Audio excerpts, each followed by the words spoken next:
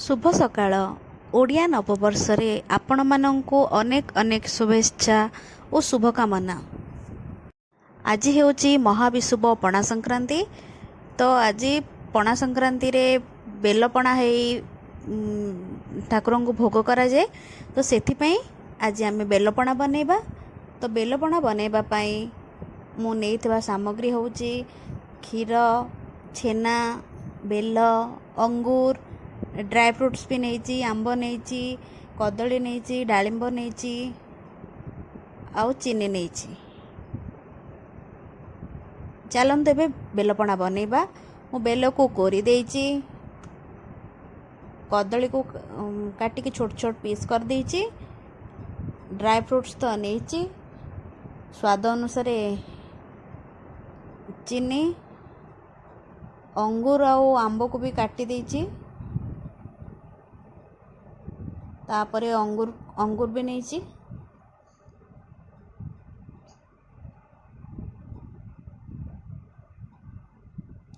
छेना नहीं गोटे छोट बाउल रे।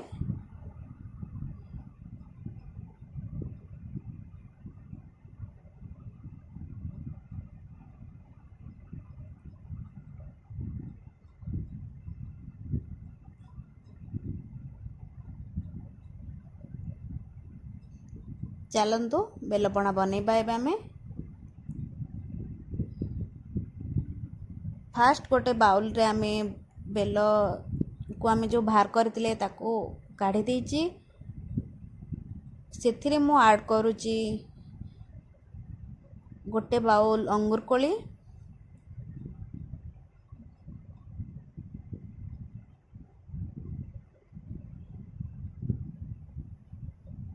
तापरे मु ऐड कले सेथिरे गोटे बाउल छेना,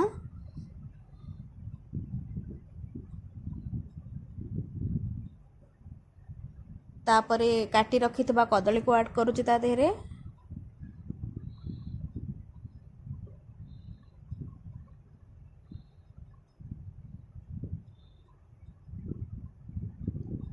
तापरे स्वाद अनुसार चीनी, आपन को जेतिकी चीनी दरकार आपन सेतिकी यूज कर परिबे। मु गोटे बाउल रे गोटे बाउल फुल करी चीनी नेची।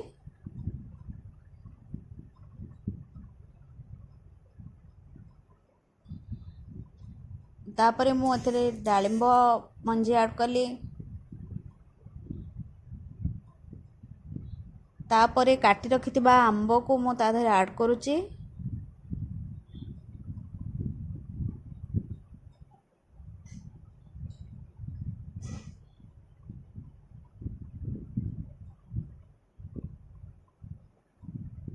तापरे आमे सब को फास्ट चकटी दबा।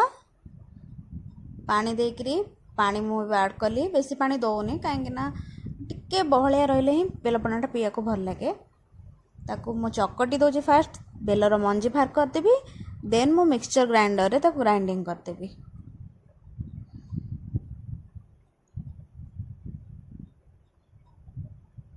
नहले मंजी रही गले पिता पिता लगे ना, तो मंजीटा आग फास्ट बाहर कर देकी तापरे ग्राइंडिंग करबे बेटर रहबो। देखंतु मो ग्राइंडिंग हो जाइए। बेलपणा तो मोर पूरा रेडी हो गलानी।